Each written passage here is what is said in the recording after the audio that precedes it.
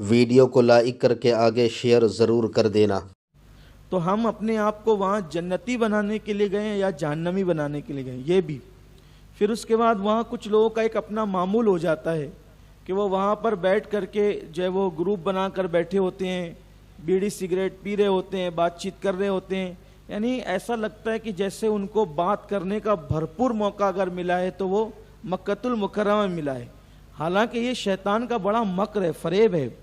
کہ وہاں عبادت سے توجہ کو ہٹانے کے لیے شیطان وہاں بھرپور جو ہے وہ آپ پر محنت کرتا ہے۔ تو ایسی صورت میں دوستیاں، رشتہ داریاں سب اپنی جگہ ہیں، لیکن کوشش کریں کہ اپنا زیادہ سے زیادہ وقت عبادت میں گزاریں اور زیادہ سے زیادہ وقت آپ اپنا حرم میں گزاریں، کیونکہ ہم یہاں سے حرم دیکھنے کے کتنے شوقین ہوتے ہیں، لیکن وہاں جانے کے بعد شیطان ایسی سستی دلاتا ہے کہ لوگ رات و دن سونے میں گزارتے ہیں، کچھ لوگ وہاں فلمیں بھی دیکھتے ہیں۔ اللہ رحم و کرم فرمائے، اور اب تو واٹس ایپ کا اور انٹرنیٹ کا دور ہے، اللہ تعالیٰ سب کی حفاظت فرمائیں، اور زیادہ سے زیادہ وقت اللہ ہمیں حرم میں گزارنے کی توفیق عطا فرمائیں، کیونکہ زندگی میں یہ لمحے بار بار نہیں آتے، یہ غنیمت کا موقع ہے، بہت عبادت کرنا چاہیے۔ محترم حاجی صاحبان، اب ہمیں انتظار ہے حج کے ایام کا۔ عام طور پر اگر آپ وہاں پر موجود ہیں تو ایسی صورت میں میرا مشورہ یہ ہے کہ آپ 5 ذی الحجہ کو یا 6 ذی الحجہ کو پھر غسل کر کے، احرام کی نیت سے غسل کر کے 6 تک تو آپ کو احرام 5 یا 6 کو باندھ لینا چاہیے۔ اس کی وجہ بھی آپ کو آگے سمجھ میں آئے گی۔ حالانکہ آپ 8 تاریخ کی صبح تک باندھ سکتے ہیں، 7 تاریخ کی رات تک باندھ سکتے ہیں، اجازت ہے، لیکن 5 یا 6 کا مشورہ آپ کو اس لیے دیا جا رہا ہے کہ آپ جیسے آپ نے غسل کیا تھا احرام سے پہلے، ویسے ہی آپ غسل کریں گے، خوب مل کر کے نہائیں گے، اگر جسم پر غیر ضروری بال پھر آ گئے ہیں تو اس کو نکال لیں گے، ناخن کاٹ لیں گے۔ حالانکہ وہ ذی الحجہ کا مہینہ شروع ہو چکا ہوگا، اور آپ یہ مسئلہ ہندوستان میں سنتے رہتے ہیں کہ ذی الحجہ کا چاند دکھنے کے بعد ناخن نہیں کاٹنا چاہیے، جو ہے وہ بال وغیرہ نہیں نکالنا چاہیے۔ یہ ان لوگوں کے لیے ہے جو حج کے لیے نہیں گئے ہیں، ان کے لیے، کیونکہ ہم قربانی کرتے ہیں تو قربانی کرنے والے کے لیے بھی، اور جو قربانی نہیں کرتے ان کے لیے بھی سنت یہ ہے کہ چاند دکھنے سے لے کے قربانی کرنے تک قربانی کرنے والوں کے لیے، اور چاند دکھنے سے لے کر عید کی نماز پڑھنے تک قربانی نہیں کرنے والوں کے لیے ناخن وغیرہ کاٹنے کی اجازت نہیں ہے، لیکن وہاں پر آپ کو اس کی اجازت ہوگی احرام باندھنے سے پہلے، کیونکہ یہ وہاں کے لیے سنت ہے۔ تو ایسی صورت میں آپ نہا لیں، اس کے بعد آپ اپنے کمرے پر ہی آپ کو عمرہ کا احرام باندھنے کے لیے یا مسجد عائشہ جانا ہوتا ہے یا جیرانہ جانا ہوتا ہے، لیکن حج کا احرام باندھنے کے لیے آپ کو حدود حرم سے باہر کہیں جانے کی ضرورت نہیں ہے۔ آپ اپنے کمرے پر ہی وہ احرام کی چادریں باندھ سکتے ہیں، جیسا کہ کل میں نے آپ کو بتایا تھا۔ اب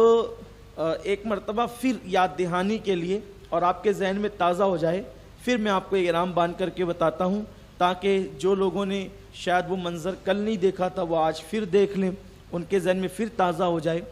اور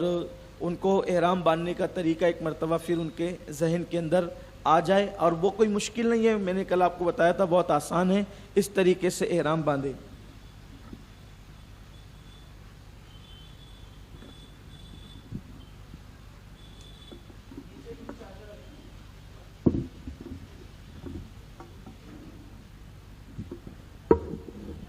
نیچے کی چادر جو ہے وہ اس کے جو 3 طریقے بتائے تھے، ایک طریقہ تو وہی جو ہم اپنی لنگی باندھتے ہیں اس طرح سے، اور دوسرا طریقہ یہ کہ دایاں حصہ جو ہے اس طرف بڑا کر لیں، بایاں حصہ یہ چھوٹا، اور اس کو اس طریقے سے کر کے اپنی سہولت کے مطابق، اپنے جسم کے جو ہے وہ حجم کے مطابق آپ اس کو اس طریقے سے جو ہے وہ پلٹ دیں، اور پھر اس پہ جو ہے وہ بیلٹ لگا لیں۔ وہ جو دوسرا طریقہ بتایا تھا وہ یہ کہ دونوں کنارے ملا کر کے، جس میں ستر پوشی زیادہ ہیں، دونوں کنارے اس طریقے سے ملا لیں آپ، اور میری گزارش ہوگی کہ آپ اپنے گھر جا کر یعنی کہ سفر شروع کرنے سے پہلے بھی گھر میں اس کی 1-2 مرتبہ پریکٹس کر لیں کہ آپ کس طریقے سے اس کو باندھیں گے۔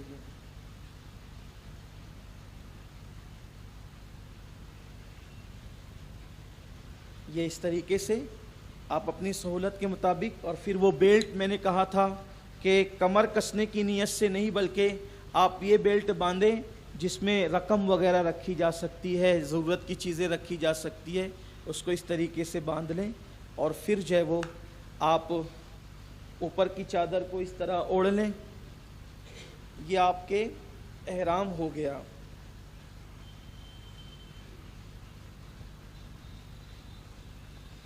یہ آپ کا احرام ہو گیا، ٹھیک ہے۔ اس طرح سے اب آپ نے احرام باندھ لیا۔ وہ میں آپ کو عمامہ بھی اتار اس لیے دیتا ہوں تاکہ کسی کو مغالطہ نہ رہے کہ بھئی انہوں نے تو عمامہ وہاں پہنا تھا، کچھ لوگ جو ہے وہ مغالطے پڑ جاتے ہیں، تو آپ کو سر بھی کھلا کر لینا ہے، ٹھیک ہے۔ اب چونکہ آپ نے اپنے کمرے پر یہ چادریں اوڑھ لی، اب آپ یہ چادریں اوڑھ کر حرم شریف چلے جائیں، اگر ممکن ہو تو حرم شریف چلے جائیں، بلکہ جائیں۔ 5 یا 6 تاریخ کو احرام باندھنے کے لیے اسی لیے کہتا ہوں کہ اس دن آپ کو حرم جانے میں آسانی ہوگی، اور